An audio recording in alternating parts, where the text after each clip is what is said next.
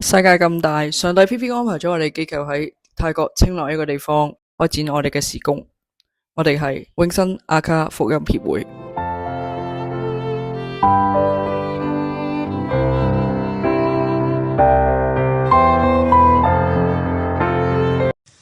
由清萊出發，我哋要去第一個福音據點，就係興旺村啦。哇，咁快就嚟到興旺村啦！喂，不如我哋行個圈啦。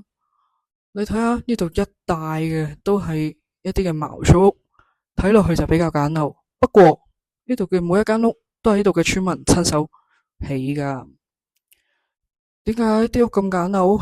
入邊冇家私，因為佢哋逃難過嚟嘅咯。呢度係一條難民嘅村莊，所以啲嘢就係咁簡陋。邊有錢去起大屋啊？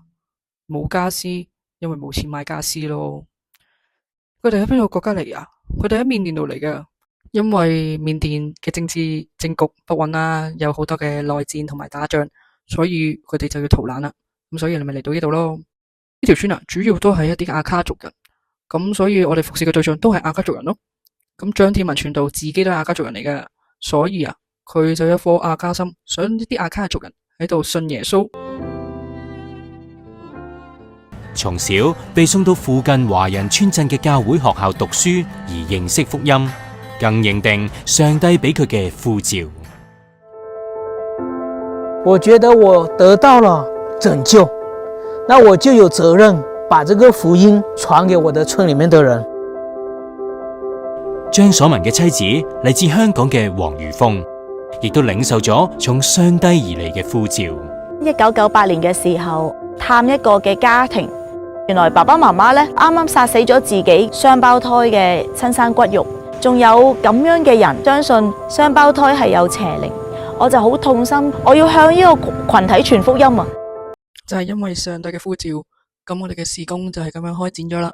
以前我哋教會都係茅草教會，所以都比較簡陋少少。係而家我哋好感恩，我哋有新嘅禮拜堂。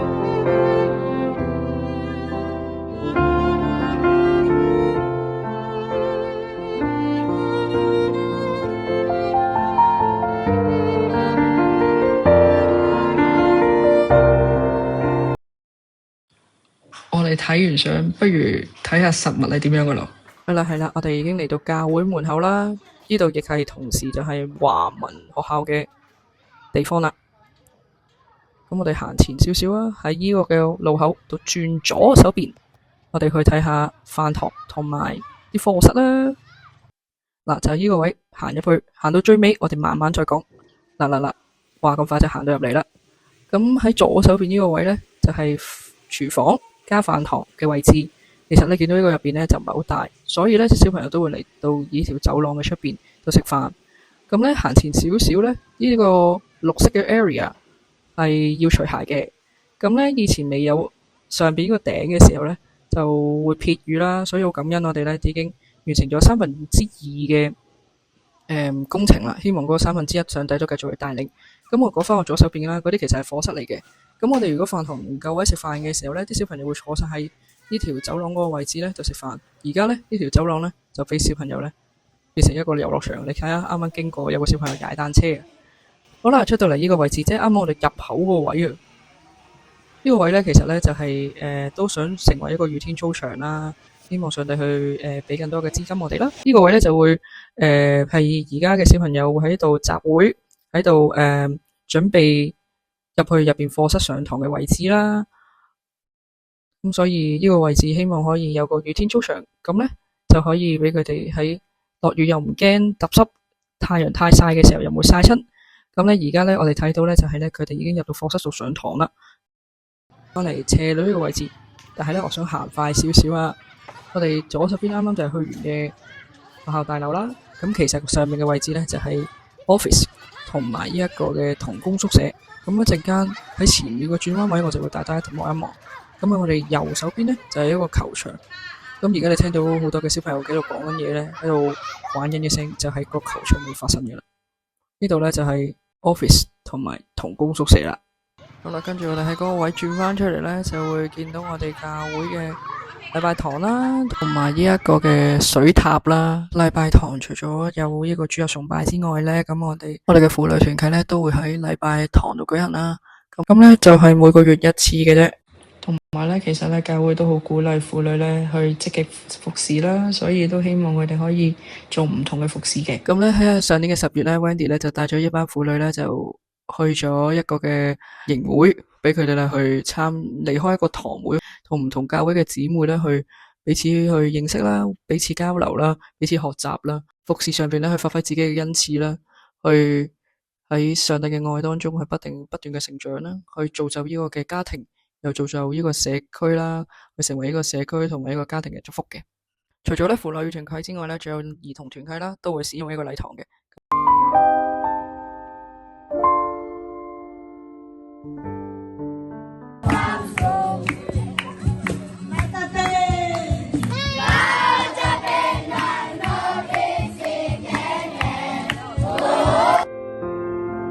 咁即係上帝咧，俾我哋啱啱嘅12月有唔同嘅弟兄姊妹歸入教會啦，我哋就亦感謝上帝咧，俾我哋喺25號之前咧去完成呢個嘅浸池嘅建造啦，有一部分係未完成嘅，都求主去保守帶領我哋可以有資金去加建。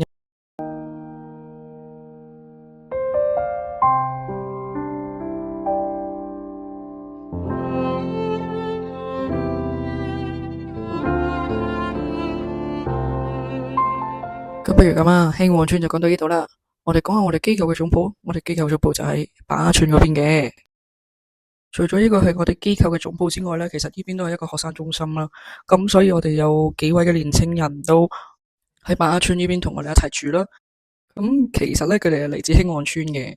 咁所以我哋就會提供免費嘅住宿啦，提供一個適切嘅學習環境俾佢哋啦，俾佢哋可以喺度靜心去溫書啦，學習唔同嘅嘢啦，特別係學習照顧自己啦。呢度都要佢哋一齊去分擔一啲嘅家務啦。咁呢度嘅同工咧都會注重佢嘅心社靈嘅發展啦。咁我哋亦同時咧會用聖經嘅教導去教導佢哋，引導佢哋，同埋都會有個人嘅輔導去引導呢班學生去建立一個正面嘅人格啦。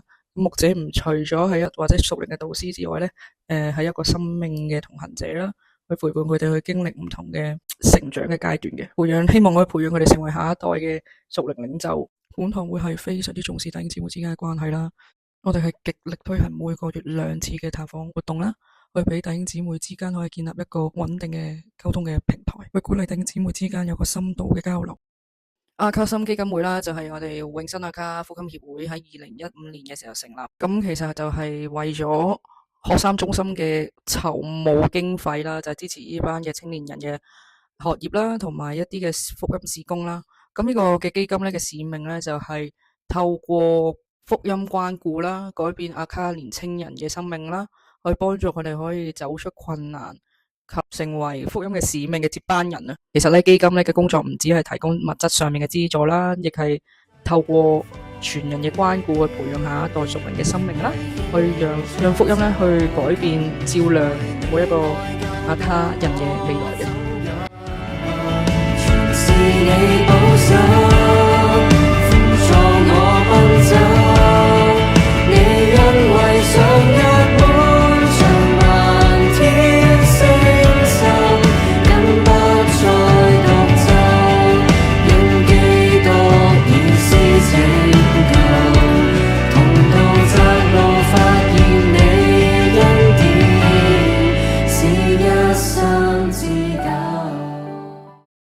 緬甸政治不穩啦，咁有內戰啦，有好多嘅打仗發生啦，咁因此令到緬甸有好多嘅人呢就逃難嚟到泰國避難，咁身無分文咁嚟到泰國嘅，其實當中都有唔少嘅阿卡族人啦，身處喺呢個困境當中，咁咧泰國政府咧其實都要求啲緬甸人咧係可以過關，咁過完關之後只可以留喺泰國7日，咁之後就要翻去緬甸噶啦。